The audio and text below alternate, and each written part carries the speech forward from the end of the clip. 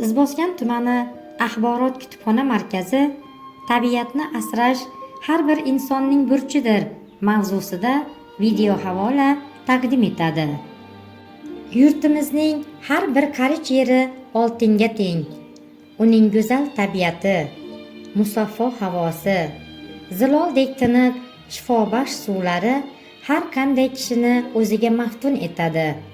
Mana shunday betakror go'zallikni asrab-avaylash, kelajak avlodga bus-butunligicha yetkazish har birimizning unutilmas burchimizdir.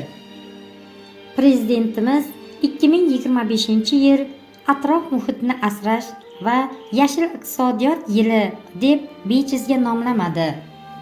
Tabiatning o'zi zargarga o'xshaydi.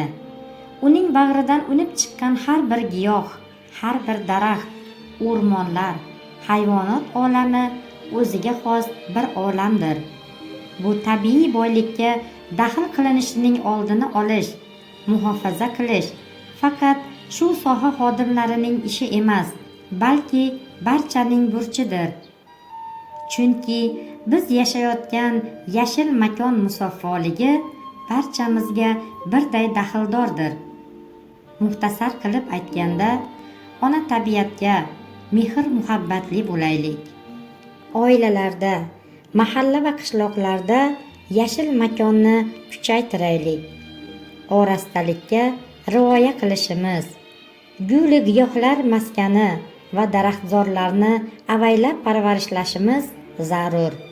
Agar biz tabiiy go'zalliklarga ziyon yetkazmaslikni odat qilsak, avlodlar kelajagi va hayotning davomiyligi uchun shunchalik ko'p qayg'urgan bo'lamiz.